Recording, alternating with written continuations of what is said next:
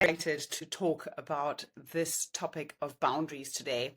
I've just noticed there's a little ray of light pouring into the room here today, and I'm hoping that this video is a ray of light for you if you are someone who struggles to set boundaries, someone who would like to be able to set boundaries better.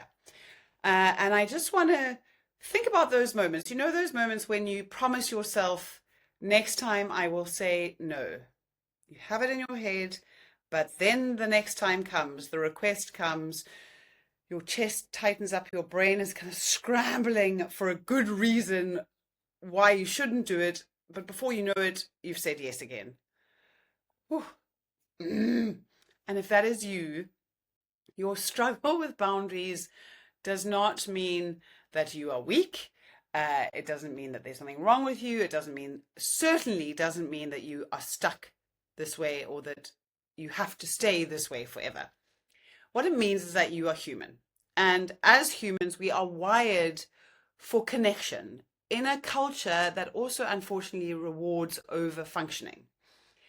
So in our time together today, I am so excited to look at this topic of boundaries in this culture as human beings.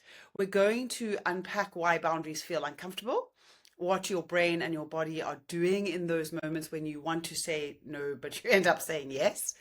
We're going to look at how, excuse me, identity patterns hijack your yes. And we're going to look at how resilience is the thing that is going to make calm, clear boundaries feel natural, feel the norm, rather than feeling absolutely nerve-wracking and something that you just cannot do. So what is the neuroscience behind boundary setting, or behind not boundary setting, as the case may be? When you say no, or when you think about saying no, your brain treats this behavior like a potential threat to connection.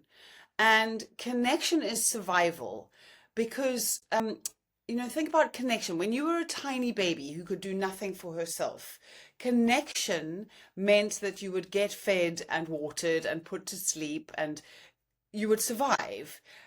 And as you have got older, it still meant that being connected has meant that you would be taken care of. Now, interestingly, research has shown that social rejection activates many of the same brain regions as physical pain does. So when there is a threat to connection and perhaps to social, or a threat of social rejection, then your heart races, your voice shakes, your stomach perhaps does a little flip-flop. Your nervous system is trying to protect you from a threat that might have been pain, or from pain, the same way that pain is a threat, this is a threat to your well-being. I hope I've made sense there. So you end up doing what has always kept you safe, and you keep yourself and others out of discomfort. So you say yes. Now, protecting others' comfort, so making sure that other people feel okay at your expense, keeps your body in chronic stress. You are then living in low-grade fight or flight all the time. And while everybody else is happy, this is leaving you resentful. This is leaving you overextended, close to burnout, and unable then to do the things that you want to do, to not shout, or to to behave in the way that you want to behave. So the thing is that you're not doing that because you enjoy people pleasing.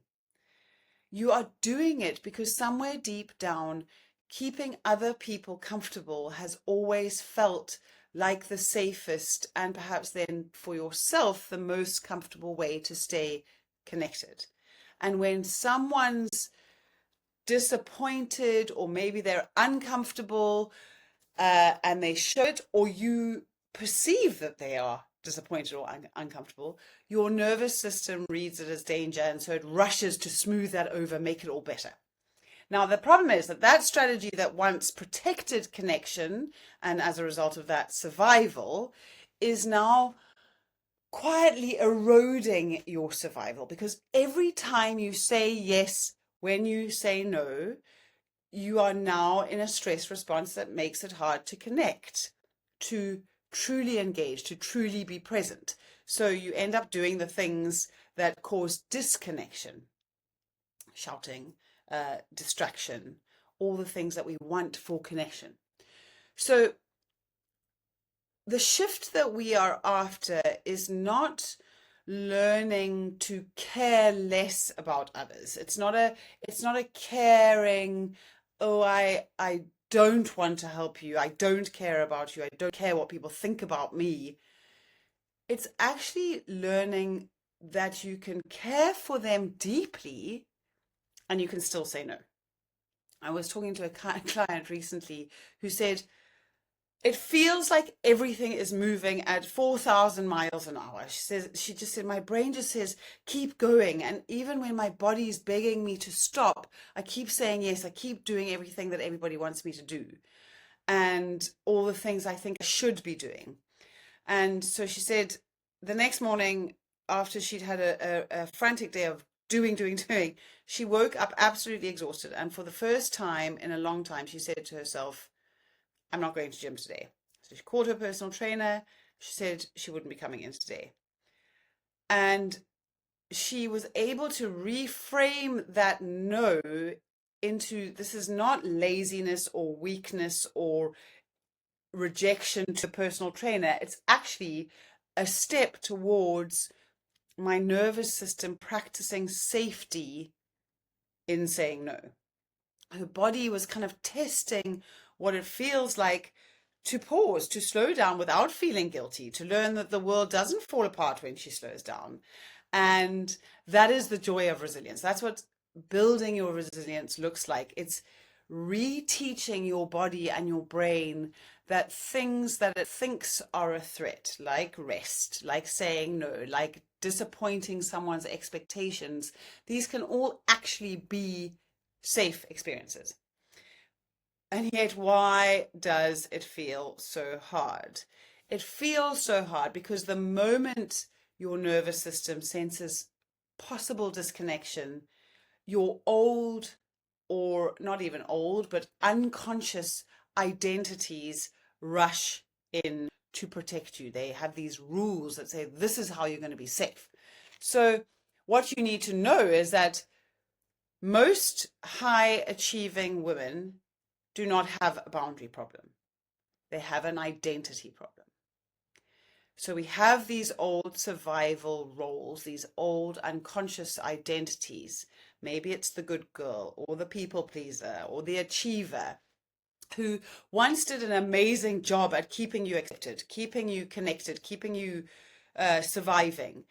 But what's happening now is that they are overriding your needs. So let's think of some examples of this. So you've got the good girl. So the good girl's rule is, if everyone's happy, then I am safe.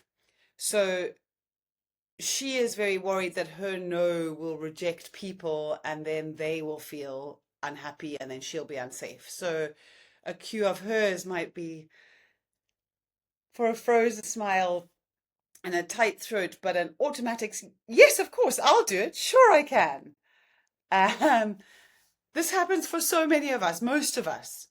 The achiever. This again is one that's so prevalent.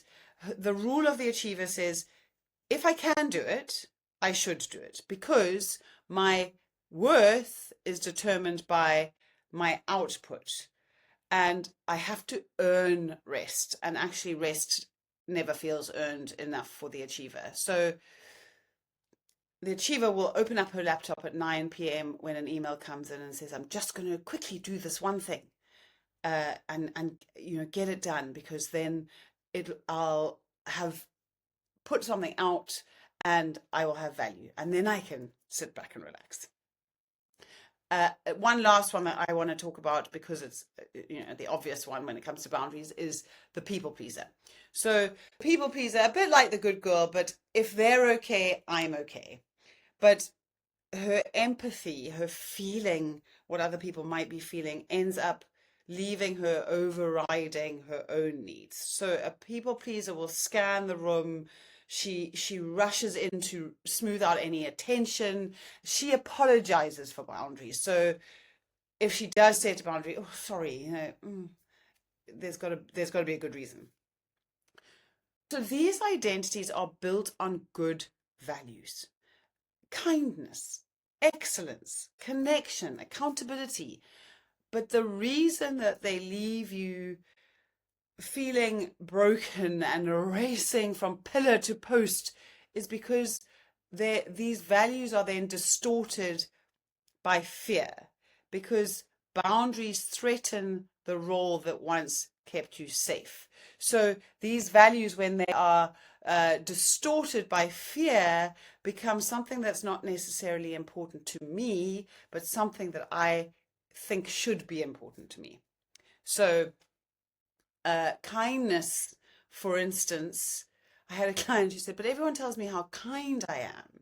And we looked at, is your kindness in need of affirmation, or in looking for affirmation, or is your kindness purely kindness? And we all look for affirmation in some way or another, and there's nothing wrong with that. But when it starts to cause chaos for you, then it's time to rein it in. I had another client of mine. She has a very strong hustler identity, and she was explaining to me how she can look at two different posts on Instagram. There's one that's reminding her to be slow and intentional and more present, and telling her that that's okay. And then there's another one that says, you got to get out there, you got to hustle, you got to succeed more. This is what success looks like. And she said, I don't know what to do, because both of these posts get me. There's this hustle one that lights me up, it gives me energy. And there's this kind of slow and intentional one that gives me the permission to slow down, and life just feels smooth and kind of golden. And I want both. I want the excitement and I want the golden, smooth calm. And my answer to her was, exactly. So we don't want to get rid of the parts of you that energize you and make you feel good, but we are building the resilience to be able to choose which part do you listen to or live out when. So you don't need to abandon the hustler, but don't let her sabotage your peace. Set boundaries with her. Tell her, today, this is what we are doing. These are the hours that we're going to hustle in. These are the things that we're going to hustle at. And then we will be okay to hustle again tomorrow or next week. And then this time is for the children, or this time is for me, or this time is for health. So as you can see, setting boundaries is just as important with yourself as it is with other people. It's really important. Part of it is learning how to set boundaries with ourselves.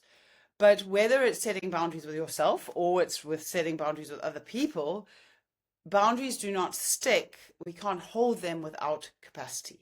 When you are sitting in a place of low capacity, then every no that you try to say feels like hard work. It's almost just much easier to push it aside and go with what feels easier, go with what feels safer. But the great thing is that resilience expands that window of tolerance, that capacity that you have.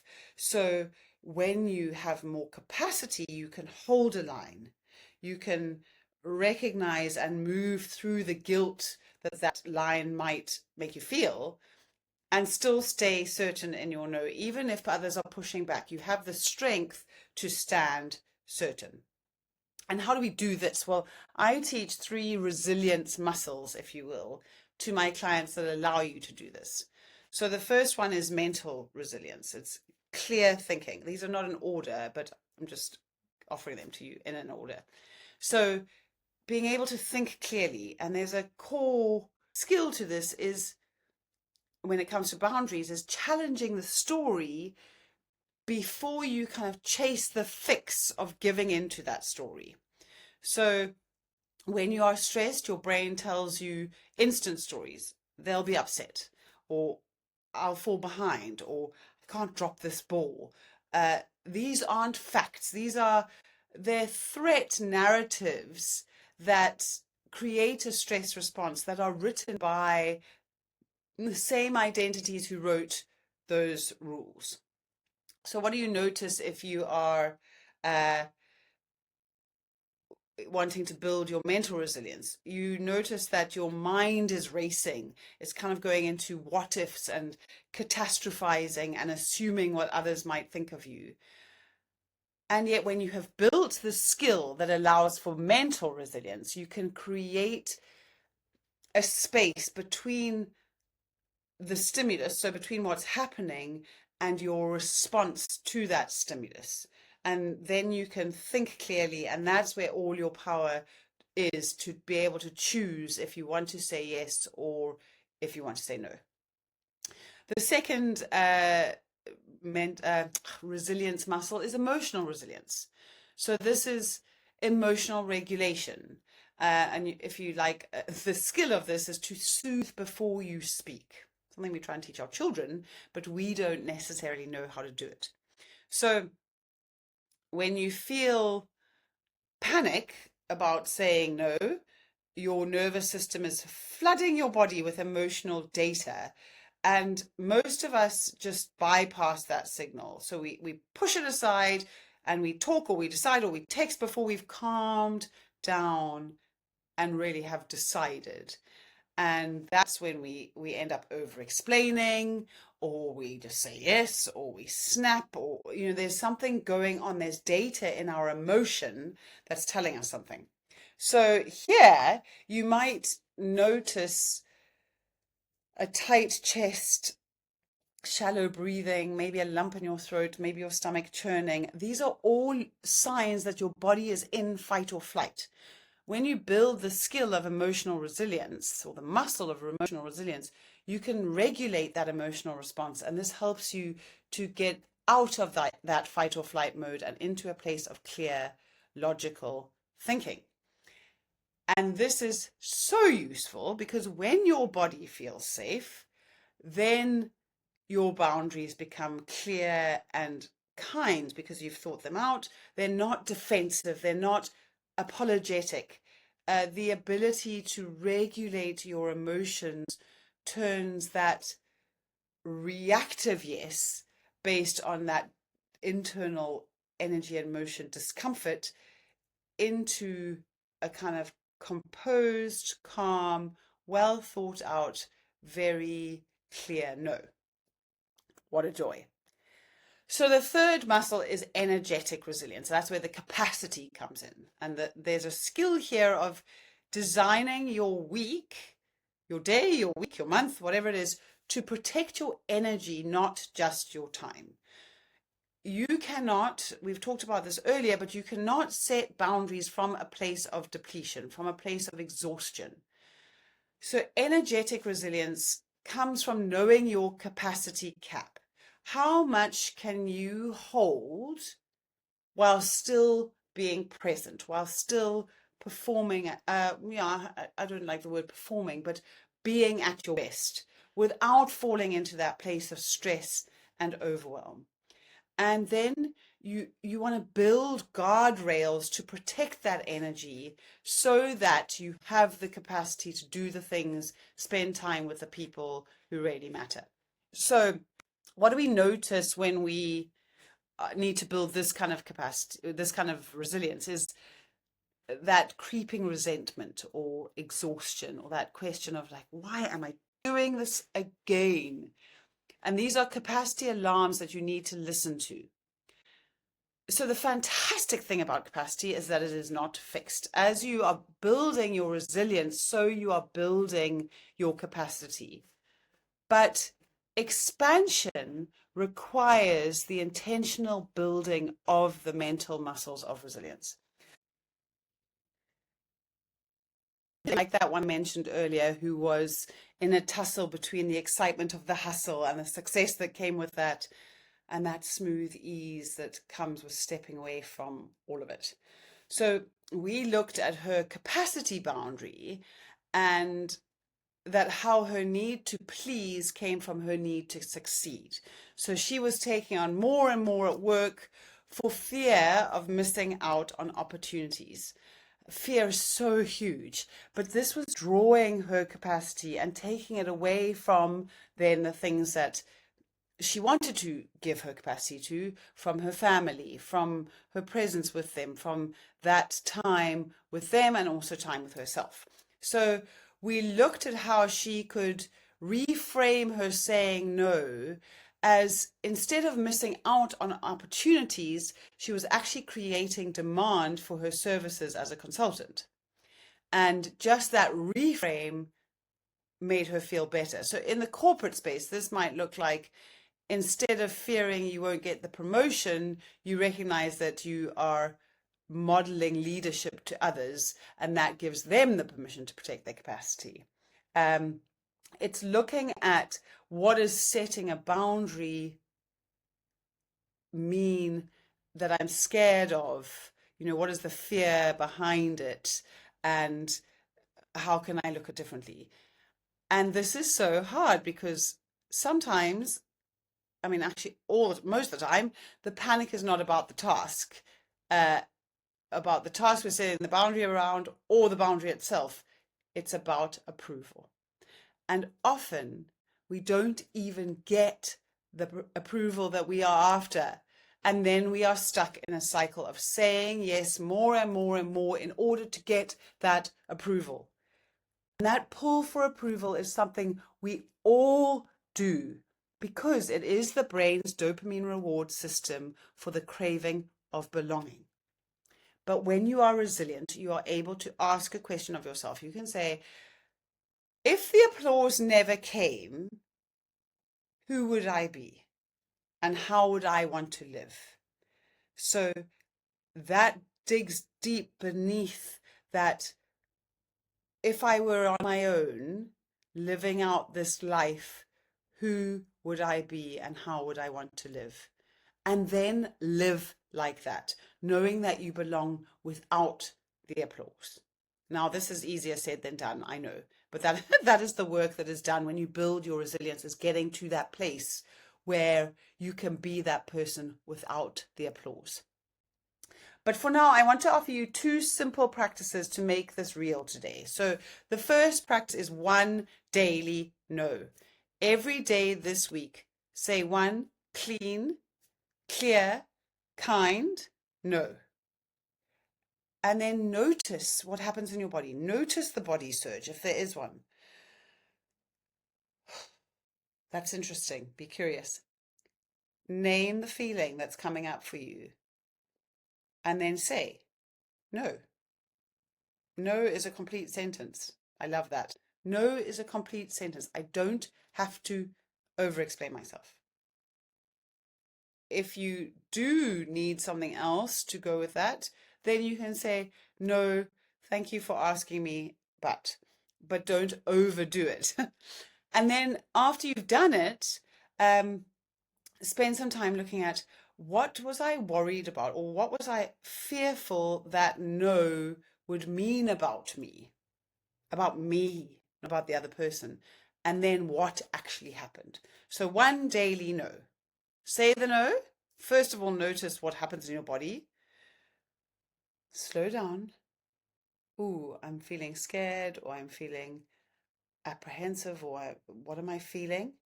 And then say the no. And then after the fact, what was I worried, or what did I fear that no would mean about me, and what actually happened? And then the second one is a capacity cap. Set a capacity cap. Decide a number you can hold well this season. So maybe that number is the number of clients you have. Maybe it's the number of hours you can put into work. Maybe it's the number of commitments you can do on the weekend. Maybe it's all of it. Write it down somewhere visible. And then when you hit that capacity cap, your boundary sentence is ready. You've got this sentence. I am at capacity right now. I'd love to serve you. Here's my next availability. If that's a manager who says, do this task, I am at capacity right now. I am excited to work on that, and my next availability is X. That's how you create demand rather than actually the fear that you're going to be sidelined. And it's also how you protect your energy. So in closing, I've gone on longer than I wanted to. You don't need to become tougher. You don't need to have a thicker skin. You just need to become more resilient. You need to become steady enough to pause. Because then when you pause, you can become clear enough to choose whether you say yes or no. And then you can be kind enough to yourself and to those around you to be able to hold that boundary, protect your energy, and then give that energy to the things that are important to you. Now, if you would like to see, if you'd like some help in how this works when you build your resilience and how resilience and boundaries might intersect and how we can build that resilience so you can set boundaries, I'd love to invite you to book a resilience audit. The link will be in the notes below. In this free 30-minute call, we are going to identify your boundary leaks. We're going to map your capacity, see where it's lacking and where you need more. And you'll leave with a simple set out plan to feel calmer, to feel clearer, to feel more in control. Every boundary you set, every boundary you keep is not just a line that you are holding for that moment. It's actually building that muscle, which is going to allow you to trust yourself more and more, and it's going to allow others to respect you more and more, and it's just going to help you find more easily that calm that you have been chasing.